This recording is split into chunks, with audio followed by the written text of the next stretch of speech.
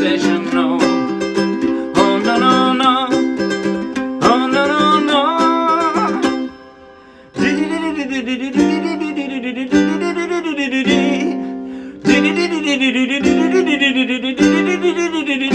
Take the last train to Clarksville. Now I must hang up the phone. Can't hear you in this noisy railroad station all alone. I'm feeling low.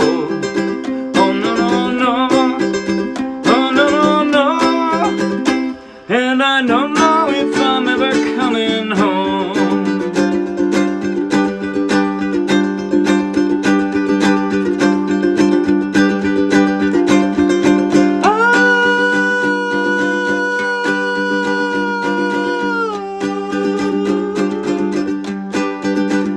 Take the last train to Clarksville, I'll meet you at the station. You can't be here by 4:30 'cause I've made your reservation. Don't be slow. Oh no no no, oh no no no.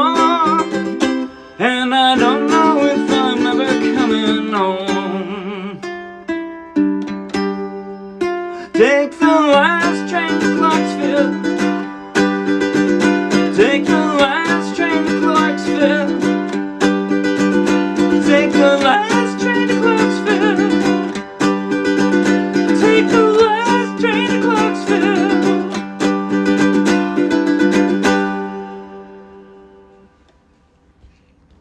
That was Last Train to Clarksville by the Monkees, and I played it straight from the charts of the Morristown Uke Jam. So take the link in the video description, download the free ukulele song sheet, grab your own ukulele, and you can play right along with this video.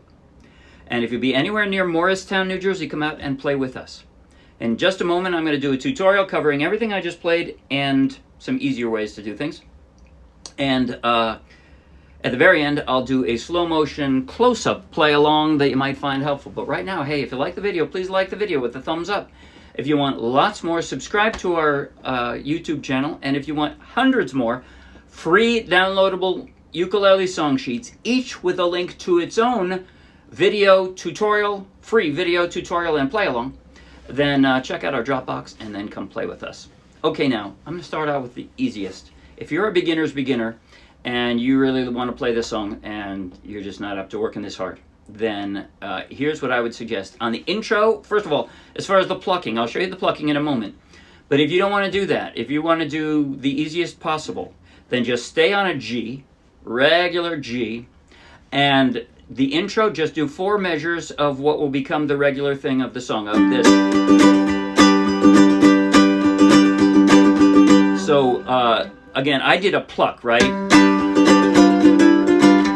I did like that, but if you aren't up to that, that's fine. I'm not making fun of you. I'm saying, if you don't want to work that hard, or you're not ready for that, then what I would suggest is do a backbeat strum. Backbeat meaning the emphasis is on the second down. 1.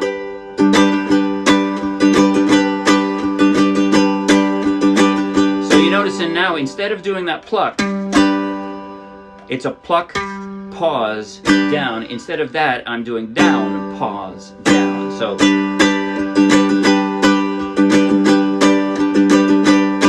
you can do that through the entire intro, and you can even do that through the first 2/3 of the verse. You don't have to do the this. You can just stay on a G. That, by the way, that's the meaning of the bright red chords at the end of the line. You know, when I say the riff is G, and then in bright red it says G7, G6, G7. You can ignore those. Whenever I display chords in bright red like that in my song sheets, that means if you want to make it easier, just ignore them. Just stay on the G, and it'll be good. And it's a G. It's not wrong, right? It doesn't have quite the panache, but it's not wrong at all. It's not like you're staying on the wrong chord. Nope. Nope. You're just staying on the simple chord. That's all it is to it. Okay.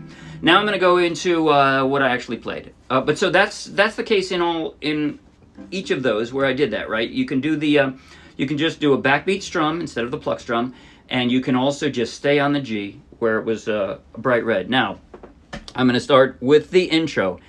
I didn't want to have to jump all around like that, so instead, I shaped my fingers into a G7, and I used my pinky, right? So,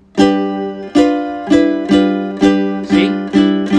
These two fingers stayed anchored right exactly where they are. Through that's through the strum and also the plucking. The plucking, what I'm doing, I'm only playing 3 of the strings, right? The low, and yes, I have a low G. I thought this sounded better on that. If you have a high G, my dog has fleas, I would still play it the same way, but it'll sound a little different and a little less authentic because they used a bass, and this is the closest I can get to a bass. So, you know, anyway. But I would play it exactly the same way if you're playing with a high G. I would. Okay, so now, what am I doing? I normally with arpeggios, this is kind of an arpeggio, with a pattern on those of plucking the strings. Normally, I'll take my 4 strong fingers. I only have 4 strings, so I don't need my pinky. I take my 4 strong fingers, stick them on the strings, and those are their string assignments. You know which string I'm plucking, or what finger I'm plucking this string with, because that's where the fingers fall, on those 4 strings. Some of the more elaborate arpeggios require something a little fancier, but for this, I stay there. And also, I'm actually only plucking 3 in this one, these 3. So I actually only need 3 fingers. But so I've got my G shape, you know, I have my G7 shape and my pinky stuck down as I start. And now I'm plucking with my thumb, and then my thumb and my middle finger. Right? So that's it. And then I pick up my pinky, and I pluck again. Right? Middle finger, and index finger. And that's it.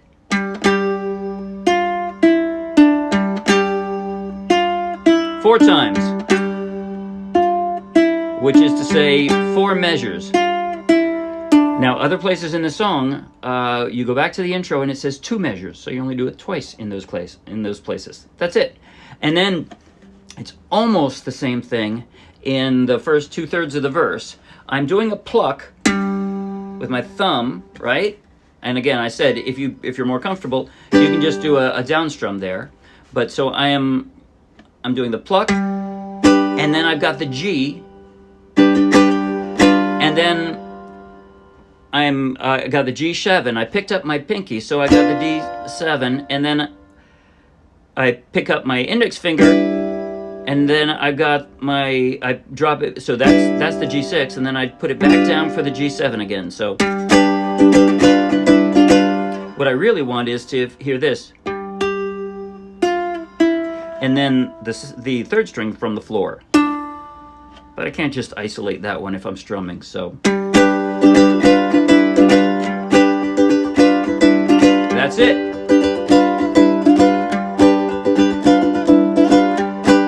And yes, I did have to practice that a little bit before I got it right. But so that's the first 2/3 of the verse, and then for the that C, I'm showing a 2nd position C because I thought it sounded better up there.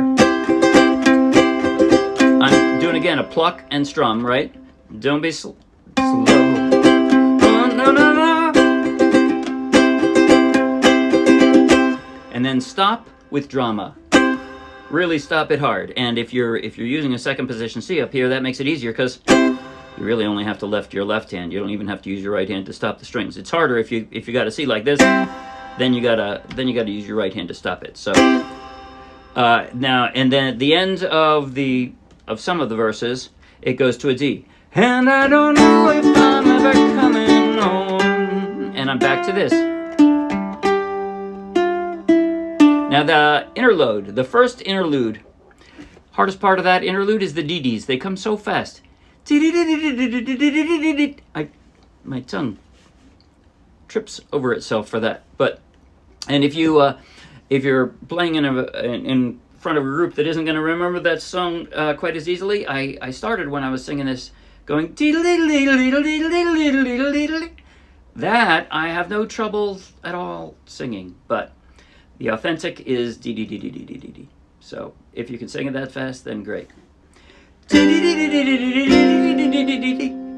That's what the G minor 11 is. It's just a C7 with 1 more string attached. That's it. That's the G minor 11. I'm doing single down the strums. Take the last train. And you go go back into it. And then at the end of the fourth verse, you do something different. And I don't know if I'm ever coming.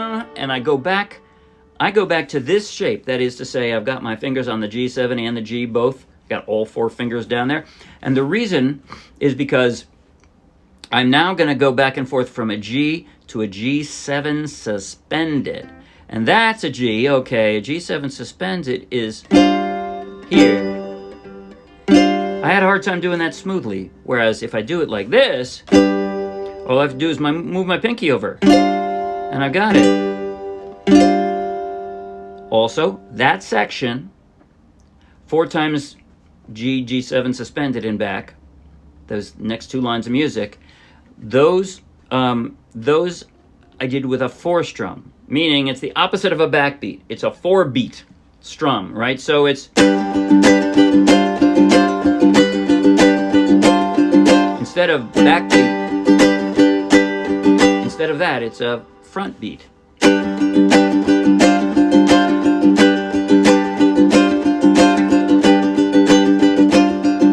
And that's it. That's the whole song. Okay, now I'm going to play. I think I'm going to, it's a short song. I think I'm going to play through the whole song in slow motion, close up on my chord changing hand, my left hand, so that you can follow along with every chord transition that I do, and that way I've got both interludes and everything else going. In slow motion. You can take all the time in the world to get your fingers in that place for the intro. You can't do that in between if you're going to play the sort of segue measures that way, but at least you can do it at the start. So 5, 6, slow motion, 7, and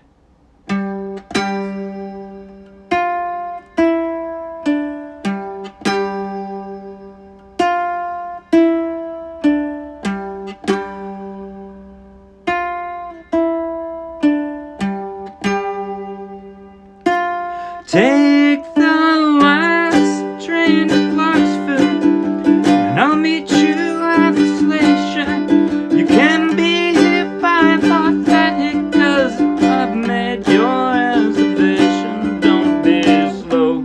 Oh yeah, pick up your middle finger, or your ring finger here, if you want to do it. Oh no, no, no, as authentically as possible. 'Cause I'm leaving in the morning, and I must see you again. We'll have one more night together, till the morning brings my train and I must go. Oh no, no, no. Oh no, no, no. And I don't know if I'm ever coming home.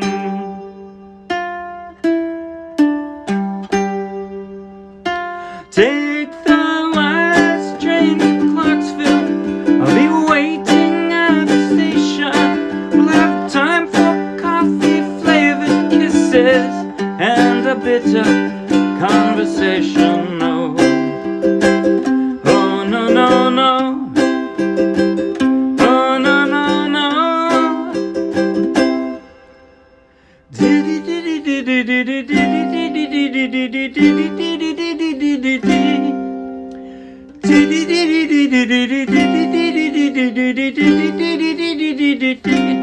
Take the last train to Clarksville. Now I must hang up the phone.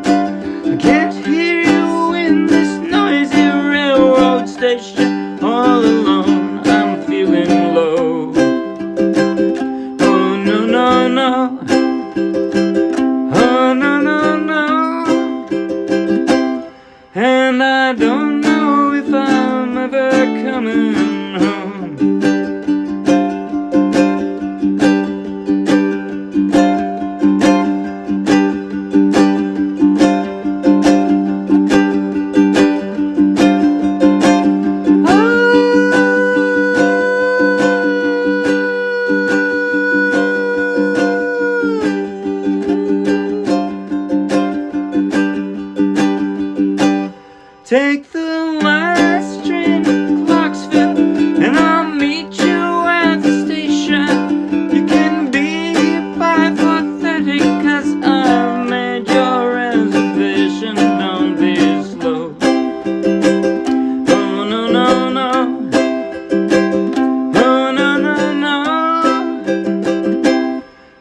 and I don't know if I'm ever coming home.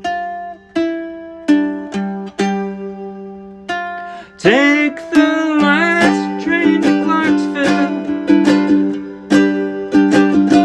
Take the last train to Clarksville. Take the last train to Clarksville. Take the last train to Clarksville.